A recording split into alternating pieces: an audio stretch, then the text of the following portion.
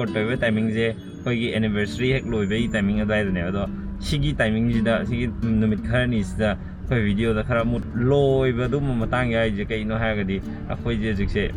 second baby phangdore ba duga chinglem bi je magi mood swing am do wa duga morning sickness evening sickness adum me am do we ba handak je ha abe magi da di tau de ko handak ke koi second baby da di mai khar tau we ma de masa jin inung nungai ga active ore ga pang lai je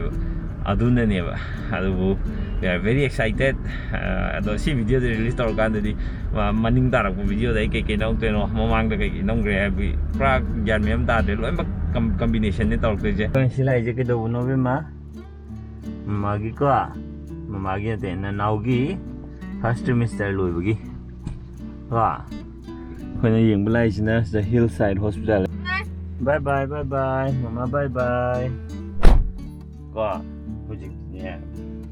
covid kine makhan no wam lai omicron go wama aduna abe magai bani sida le hore mama mathan da sanghan gre ka papa ga lai ji ko sida hi toro be ma hi toro se am ta hi to wiru sem ta hi abe mana ga ithau dore start ka ji nam gi duni si yam hai ram ni si so nam mi ji man Dre, boo, say Hannah, say, he's Hannah. Boom, boy, Toro, boom, I stop guy every minute. Yay. I'm on a moss, Mokuchilo, I'm Magnum de man. She goes in my hand, go on near Mass in the Delamo.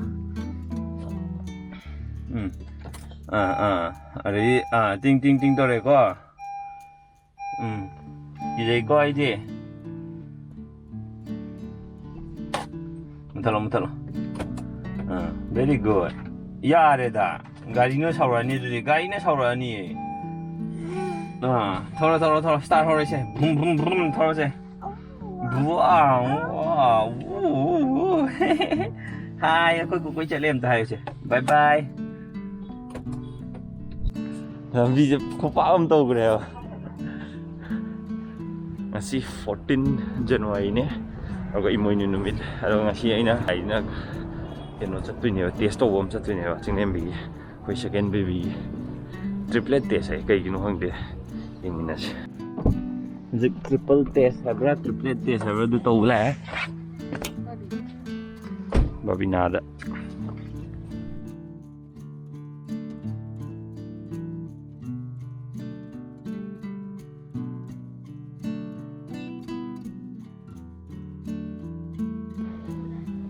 Test xong rồi không phải tàu đi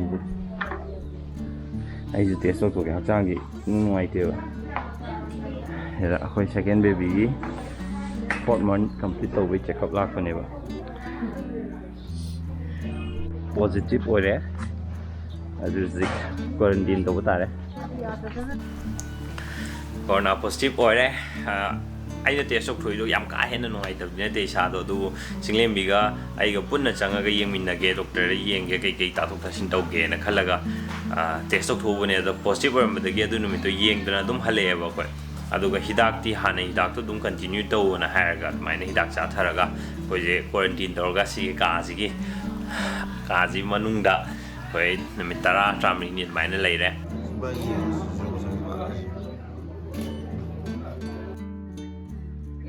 đã yêu rồi kìa. Không nghe thì ta đã yêu rồi kìa bạn. Đó tôi vậy được. Xin nghe xin lên. Go. Đấy thì còn là phải đấy, đúng không? Mục tiêu sốc thuộc trẻ coi đúng cái nó mới là đúng hay đấy bà. Hồi cái web tụi cái mà tụi người nó có, hồi 7 days hết là cái đi, rồi signs and symptoms at topam tụt ra cái đi đúng cái sum guide đấy hay bởi vì máy nằm instruction nằm coi là block cái phone call được có, rồi coi đúng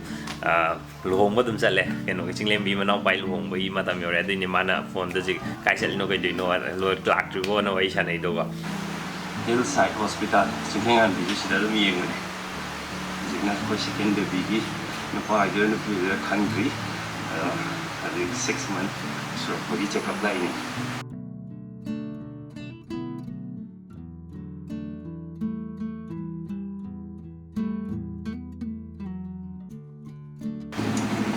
Yang belum ada sih. Esok tu jumpa problem lagi. makan tawna test tawre aduga report hiyeng awni aduga ina mamangi da haiba nupa natraga nupira khangdri na habdo angangje adudo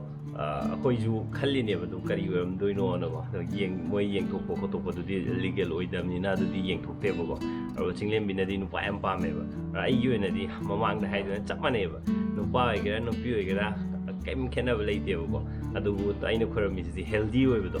healthy oibadu madi yam important oibadu di ko adumai di ai khalle adubu dum wakhan jida kai oir tuja no habagi chamam na badu madi dum lei masini ramana budi nupa am pamba kesubudi kai dia am hekta ji nupan chamana matam na ko let's see seasonnya month subagi cepat lah penuh ada nasi orang yang jadi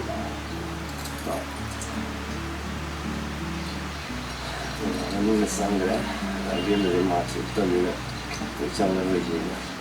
apa dan maiZik punya yang ini 7 months complete already ngari untuk mana room regular check up tau jam darkar le ambil matum hori ini aku yang jatuh jina thama pan surakpagi check up ne aduga nupara nupira hebdo khoi jipo khangdri dok po kan doina khangani kuidre energy anga sidi mama thanda chingni mi ma thando ni doctor yengani yabe matum male hobni ma kam kan hogolak tino khangdani na ba akhoi ni mo cha thole lu ya roi ba ke na pun chap se adre angang ani gi parents oidro ni na ko sidi yahu jam ngan ne ba bo di ngarang pung ani de tumme pung ani makai adu ngasi je ko je pung taruk makai very nice sunday numit ne ngasi je ara mi yam chin gal le ba adu yi nga ta hogol aga lai doctor le ram da rong khongbo de mandan ma thadar me ma thandi yeng ni sidi sidang ngai le to ma ayung an ta lak bo je si pung 8 ki mamang la ga di ko mi yam chin de to sa khoi lau kan da do hojik tio 8 matung de yam chin le hojik yung blo re yum hale chawak pa der ma khange jun gi date 2 na jaga jun gi date 7 amam na comment ta second baby phangdor ba ana hang pa mam do ID adum video da dum haining mane ba second baby phangdor we are going to be parents again na go parents again hai bia bo komai hai parents again parents adum oi le ram ne to koi to oi parents again mo ha du do we are pregnant hai ba pregnant again hai ge to ba thoi bani adu do haining mane do mana surprise me adum thamji ko na myam khangjara kani na mai hai ba gi hai da bani comment da di myam hange ba ya ta pa sa so comment da di myam hange ba khamra kumu ge do ge heni second baby lak toro ba toro ba nupara nupira khanga ba ga comment me am haire ba ado ai reply phajana am ta handri do mana kona phajana surprise na tause na go nupara nupira keno tore khole haibna chingba me am do haise na si video je dum nama thamine ado thank you ma'am no si video na hangbirak pa thank you so much hajik khoi me gi tang asi nipan ne ado Jun gi tang ani daina tarabo si manungda afaba numit ami yenga operation di dum torni na operation ni na afaba numit ami yenga tor je na mai haire ti khoi expert wa mini to angang mamai da khujin na ho to khot pa do moi khujin ka ya dringi da adugi khut moza le re sina khong moza le re are di khongau ju ko khongau ju to khongau ju smai na to ba mari sasat kisan bi ade phurichu litna bada sasat ai lai ba ta ne ade set yo kre na di pui tre ha ni na tro handok di ju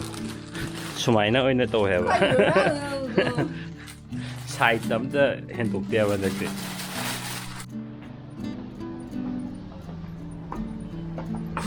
Maning de yeng de kem to man de ha pregnant oi bu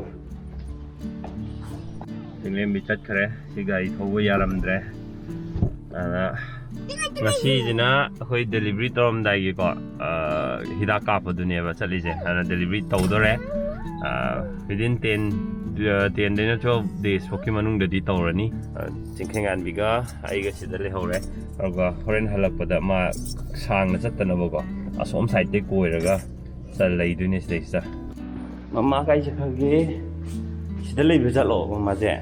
leidabra o nang khangi ba sida bro mama mama ko dana mama kai leibage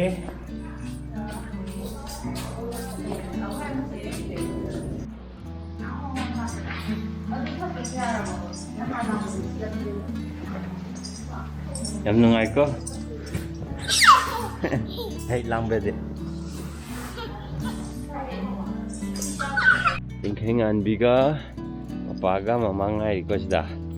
Machangre du di tingkhengan bigin na naw mo phangdore ko after 10 to 12 days tan naw phangni to sida ne ko ni yeng je Hillside Charitable Hospital and Research Center hai adum Google da thiru phangmune si je am ngasi di tha mapan janga na ko video je sai de loisal lage mathangi video da nupa ni nupi ni ha lo loi khangani aro myam na healthy angang su mama su lamba healthy oiba asungam yaw da bana khurambio thank you ma'am bye bye